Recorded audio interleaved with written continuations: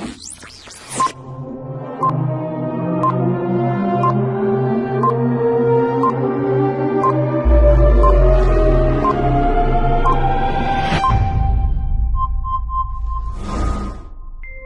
Rudy Giuliani, he's a surrogate for the Trump campaign and has different feelings about Hillary than Lanny does. Yeah, I do. I have very different feelings. Let me start, though, with Hillary. this controversy in which you find yourself, where Elijah Cummings is now suggesting that you need to be investigated, calling on the Justice Department to conduct an immediate investigation to determine the source of multiple unauthorized and often inaccurate leaks from within the FBI to benefit the presidential campaign of Donald Trump. They appear to be talking about you, suggesting that you had leaked information on the FBI review of the Clinton emails before. This is the vast right-wing conspiracy garbage all over again. You can investigate me. I spoke to no current FBI agents ever in the last 10 months. I've had no communications with them. I haven't destroyed any of my emails. I haven't hammered my cell phone. All my communications were with former FBI agents.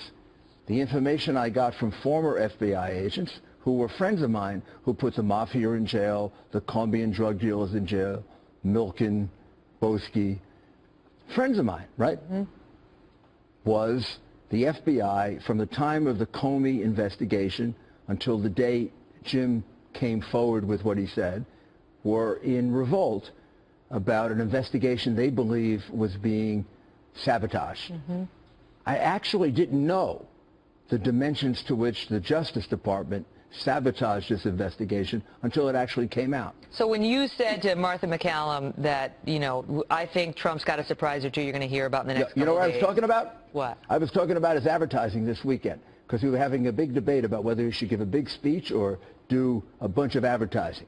That's what I was talking about, that he was going to go on television and talk directly to the American people. No reference at all. That would have been kind of lame. You should be glad that something bigger came out to make a make a liar out of you. I had no idea that Jim Comey was going to do what he did. Not the slightest idea. Okay. What I did know, be absolutely truthful with you, what I did know is from 3 or 4 former FBI agents that the people within the FBI, they were telling me this, were outraged at Jim Comey's decision in July.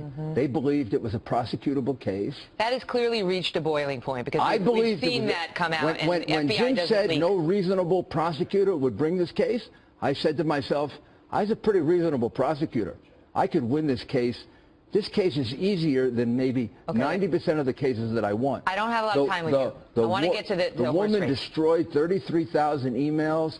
She made 12 false exculpatory statements. She lied. The reason she didn't come on your program is because she would lie to you. She would tell you, I only had 1 cell phone. Well, they all mislead She journalists. had 13 cell phones. They all mislead journalists. That's our job to try to cut through that. But then it would turn out that she had somebody smashing the cell phones with a hammer. Okay, but listen, that's criminal conduct. Well, it may or may not have been. I mean, Comey says no, the intent wasn't there. How about the $1.5 million speaking fee from UBS to Bill Clinton? No, you mentioned that the last time. After Hillary went to Geneva to get UBS off the hook for 50,000 identifications. I got to go. I got to ask this the last time I may have you before Tuesday night. As lawyers, you know what we call that? We call that bribery. What do you predict? What electoral college I believe he wins by 2 states. By 2 states? Yeah. There are going to be 2 states that are going to surprise you. Do you know the 2? I'm not sure yet. Could be Pennsylvania. Could be Michigan. Maybe Wisconsin. Wow. And the red states all have come back. Utah. They're all back. Georgia, Utah's Arizona. back big time. Don't worry about North Carolina. It's going to be fine. Wow. All he needs is maybe New Hampshire and that 1 vote in Maine. She is now on the ropes. She's on the defense. He's got the momentum. And everybody in this country knows, finally, after 4 decades of Clinton corruption, the American people have figured out she's a crook. Great to see you, Mr. Mayor. Thank you. There you have it. Governor Bill Richardson was also the target of a lot of that name calling, actually worse. And he told me on FBN it was time for him to move on. Well, you know, I popped up in a very insignificant way. John Podesta mentioned that Hillary Clinton should call me for an endorsement, and he referred to me as a needy Latino. And I've said to you and to many of your viewers, most politicians are needy. But that was, you know, that's inconsequential. I think right now, these are the closing arguments. It sounds like the Republicans and Trump, they're bringing all this personal, this negative stuff because they have no vision. Well, maybe and their ground but game he is called weak. you a word that rhymes with stick. And whether people agree or disagree with you, Governor, you're a gentleman, you're a patriot, you've served your country well. I think that's mean. Well, you're kind to say that, but no, that way is somewhat. He kind of tempered it a bit. No, he didn't. But he was trying to convince her. He said was that trying to they should convince talk her. to you. They should calm you down. That better, I think, I'm paraphrasing, to have you on their side than against. You patched up your differences with the Clintons. They were mad at you in 2008 for supporting Barack Obama. Right. But you got over that. But I don't know. I mean, You've done more than enough to help out Hillary Clinton. It was a political, that is a locker room political talk. But yeah, I ain't think that a killer, right? Isn't that a killer? They criticize some of the language that Donald Trump uses, and they're saying of you a word that rhymes with stick. And they got the objective. It was stick. She did call me. And what did she say? We patched things up. She said that I'm glad we're coming back together and let's work together, and I've done that. Have you heard since the revelation of these emails from anyone in the campaign? Governor, we're sorry. Yeah, they have. Yeah, I have. And I have. what did they say? I'm not going to get into that. Called you? But I think, well, we were in touch, yeah, and because we're old friends. Neil, really? He was chief of staff under Governor, Bill Clinton. I have absolutely. old friends. I've known him for 30 years. I never refer to my old friends that way. Well, sometimes. Well, quietly, privately, I bet you do. But anyway, so you're not bygones or bygones. You're not going to make a big deal of this. Because here's what I get out of these, Governor. You know all the players far better than I. But I get a sense of a lot of condescending dismissiveness at the campaign. Even Podesta for Hillary Clinton. Hillary Clinton for a lot of people. It just gives me an icky feeling. It's not a Republican or Democratic feeling. It's just sort of like bad people feeling. What do you think? Well, look, Neil, let's compare what Trump says about other people, about other politicians. See, you're shifting. And you're not a shifter. Women. You're not a shifter. No. Right. No, look. This is This is what happens when campaigns, they're intensely pressurized. They get very personal. And I think we should stop focusing on WikiLeaks. Look at the issues. Whoa. What are the next 3 days? We didn't have WikiLeaks. We wouldn't know about it. I'm not endorsing the way it came to our attention, but it is out there. And when I hear people referring to you in this manner, I don't like it. You know, we should ask, why is Russia interfering? They're responsible with Julian Assange for these WikiLeaks. Well, they're a bunch of sticks. Talk about that? Don't even get me going. They're a bunch of sticks. All right, let's see what a gentleman he is. And he had been royally sticked. We know Hillary can't be trusted. We've learned that. With America's security, you take a look at her email situation. Can we trust her with our security? She is disqualified for running for president of the United States. She's disqualified. Donald Trump earlier tonight, my next guest, he was the first person to expose pay-to-play and the practices at the Clinton Foundation. And as our own Brett Baer first reported last night, the FBI is actively, aggressively pursuing an investigation into wrongdoing. Joining us now, the author of the bestseller and the best DVD, Clinton Cash, Peter Schweizer. Peter, we don't have a lot of time. Explain what you knew and how this is now being exposed vis-a-vis WikiLeaks and the FBI. Well, you know, the book came out April of last year. We had front-page stories, New York Times and Washington Post, confirming our findings, ABC News. The FBI, a few weeks after that, got in touch, started making queries. I mean, I actually haven't had that much contact with them. The last contact I had was at the end of February. They were doing their own investigation. The book was out there. and they've added a lot. I think one of the things that the Clinton camp is trying to spin is that basically they tossed the book on the desk and said, here's our case, which is ridiculous. They've done a lot of legwork. They interviewed a lot of people. And you knew, by the way, you got these we now know the media is corrupt. And they've been saying, oh, well, there's not really a Clinton Foundation investigation, which is total nonsense.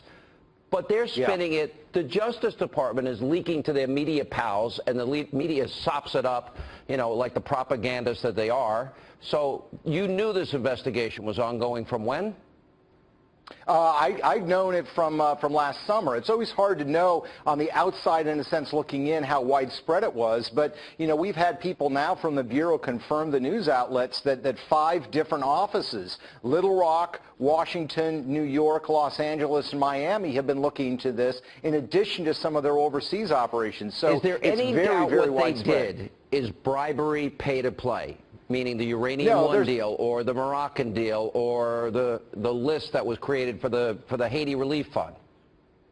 No, there's not. I mean, Sean, you look at my book and then look at what's come out now in WikiLeaks. You had the internal review done of the Clinton Foundation at Chelsea's request, done by Simpson Thacher, a prestigious law firm in New York, and they said that donors, quote, had expectations of quid pro quos in exchange for their gifts. You look at the emails that have come out of Doug Band arranging meetings for donors. You look at the Clinton ABC Inc. News report. No, Clinton Inc. Yeah, for Clinton Inc. Yeah, exactly. You look at the ABC News report that to get contracts in Haiti, they actually said, is this contractor an FOB, friend of Bill? If they weren't, they sent them to some website. If they were, they got special treatment. That is classic pay to play, and it's illegal. Great work. I was very proud. I think I had the first interview with you when the book came out. We've interviewed you many times since. You've done a great job and a great service to your country. Breaking tonight, new fallout from a rocky week for Hillary Clinton. From reports of an ongoing FBI probe into the Clinton family charity to revelations that investigators are going through newly discovered emails from her private server. Our next guest is a longtime loyal and supporter who, as early as March 2015, urged her campaign to release much of the information that's still trickling out. Here's Lanny Davis on Fox News Sunday saying Hillary Clinton should open her private server to independent review. There can be a neutral party to review all these records. Nothing unlawful. You'd like to have a neutral party?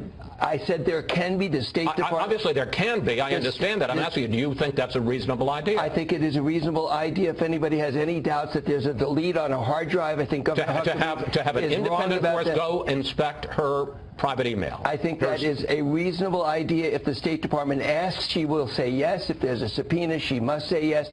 Well, that interview set off alarm bells inside Clinton world. Leaked campaign emails show one top advisor writing, quote, "We got to zap Lanny out of our universe." Poor Lanny. We're talking with both campaigns tonight, and in a moment we'll be joined by Donald Trump surrogate, Mayor Rudy Giuliani.